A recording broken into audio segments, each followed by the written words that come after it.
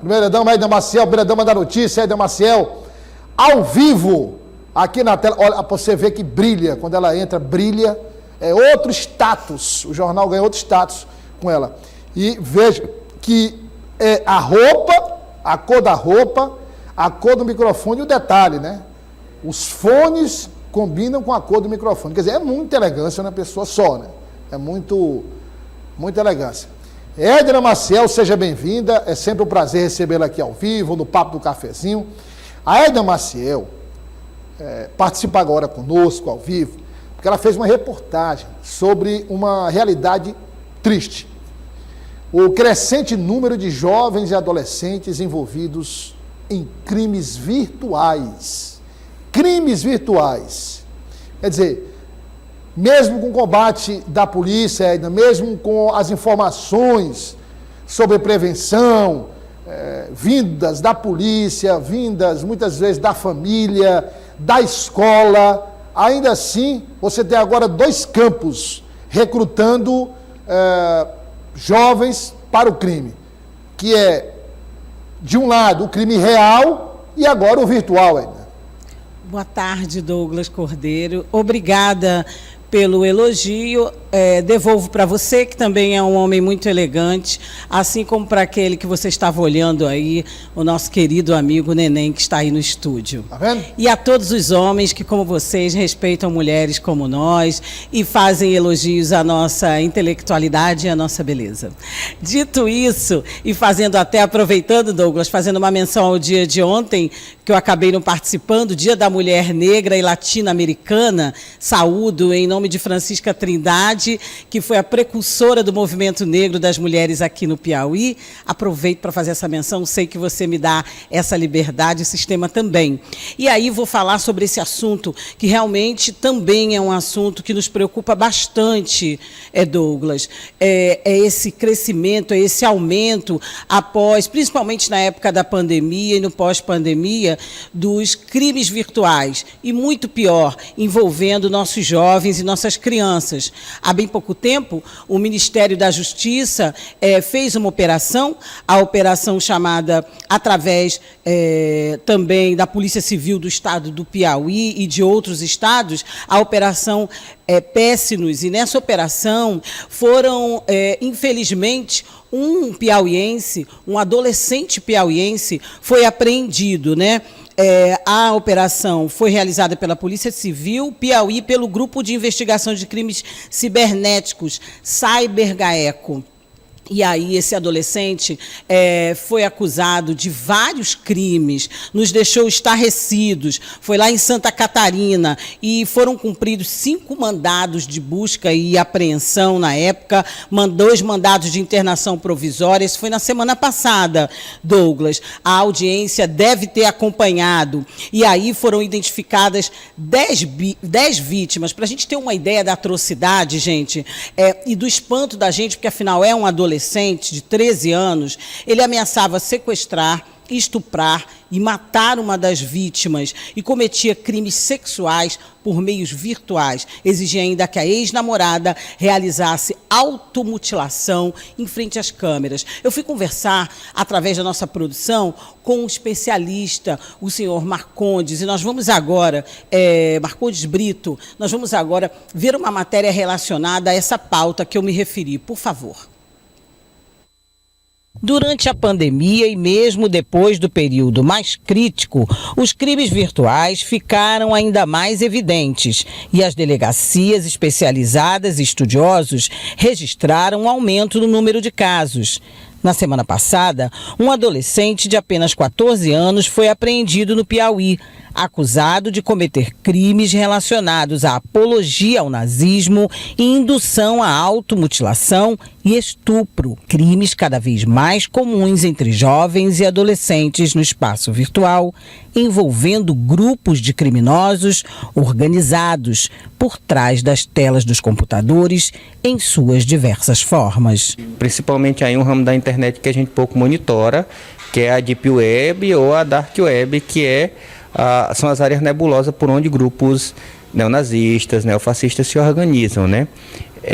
Tem alguns estudiosos, eu tenho olhado isso com muita cautela, né, que também tem atribuído à organização de movimentos de massa que estimulam a violência contra mulheres. Nesse caso específico, né? Os masculinistas e os Red Pills, né? Que são grupos que pregam violência e ódio às mulheres e se organizam de forma semelhante a que essa criança estava se organizando, né, em fóruns e atuam de forma semelhante, né? É possível que essa criança não entendesse, não saiba ou não tenha a dimensão desses crimes todos, ela vai se envolvendo aos poucos ou ela pode ter sim consciência do que estava fazendo? Olha, pela dinâmica do que estava acontecendo, né, é possível que no início, quando ela começa a se envolver nesses grupos lá, pelos 10 ou 11 anos, ela não tivesse consciência, mas os 14 anos, e pela dinâmica como agia, né, chantagear pessoas, gravar vídeos, solicitar na webcam que ex-companheiros ou ex-namorados se automutilassem, né, selecionar suas vítimas em Parnaíba e em Teresina, né, isso requer uma certa organização. Ter um computador bem organizado e caro, como o que foi apresentado, e as entrevistas dos próprios investigadores da polícia, né, afastam essa hipótese, né? Esse adolescente, ele sabia o que estava fazendo, né? Além da ação dos órgãos de segurança e a preocupação com a implementação de políticas públicas para coibir esse tipo de crime, os especialistas chamam a atenção dos pais e responsáveis pelo tempo que crianças e jovens ficam no computador e o monitoramento que eles devem fazer com essas pessoas para evitar o contato com esses grupos nazistas. Primeiro, o comportamento, ele muda, né? Alguns comportamentos, eles são denunciantes, né? A outra, os grupos em que esses adolescentes participam, né? Assim, tem um debate que é importante, né? Que é entre o respeito da individualidade do sujeito adolescente, né? E o cuidado de dizer assim, né? Quem é adolescente está tentando compreender o mundo, quem é adulto, pelo menos algumas nuances já conhece, né? O monitoramento, o auxílio e os diálogos ajudam a perceber isso, né? Eles são elementos essenciais da prática educativa. Quanto mais a gente estabelece, né, companhia, presença, diálogo, mais você vai identificando essas nuances aí. A distância, né, monitorar é sempre difícil. Fazer o monitoramento à distância é sempre difícil. Então, quanto mais distante você está, maior a possibilidade de seu filho se envolver nessas coisas e você não perceber.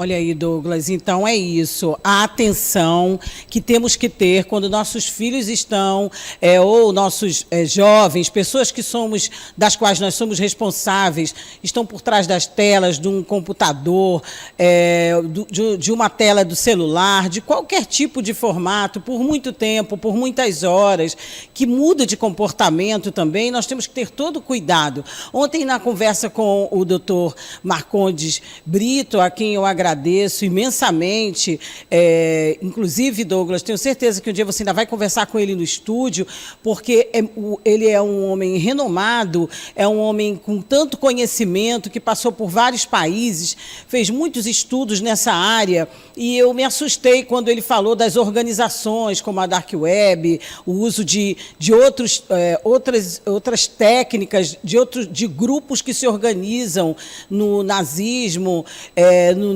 neonazismo, enfim, são grupos organizados dentro do espaço virtual que convencem, que atuam praticamente treinando, principalmente jovens, viu, gente? Para que vão para outros países, para que hajam via internet e cometam esse tipo de crime, ou esses tipos de crimes pelos quais esse adolescente piauiense está sendo acusado. Crimes bárbaros que antes, né, Douglas, a gente só via em filmes e a gente só pensava que iriam existir daqui a muitos e muitos anos, que é o crime no espaço virtual. É um crime, você faz uma pessoa, você acaba com a vida de uma pessoa através de uma câmera, através de um espaço que a gente pensa ou pensou que não existisse, né? Em algo que a gente não possa tocar. É muito triste que a nossa juventude e algumas pessoas até de outras idades, de outras faixas etárias, estejam disponíveis, né? que estejam vulneráveis, melhor dizendo, a esses criminosos. Douglas. Edna, pela participação e parabéns pela reportagem. Serve de alerta para quem está nos acompanhando, porque não é... a gente mostrou esse caso de Luiz Correia. Nós estamos, inclusive, com o delegado José de Freitas aqui, o André Moreno. Sim. Que é o coordenador da Força Estadual Integrada de Segurança. Participa de várias operações do Piauí todo.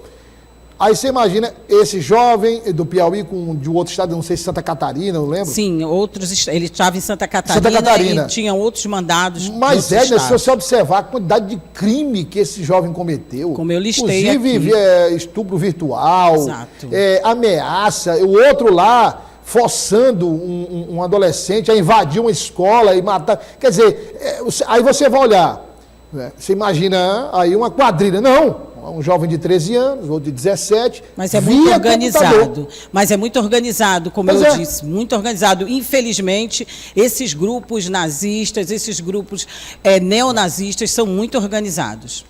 Obrigado, Edna. Muito obrigada a você. Até já. Até já.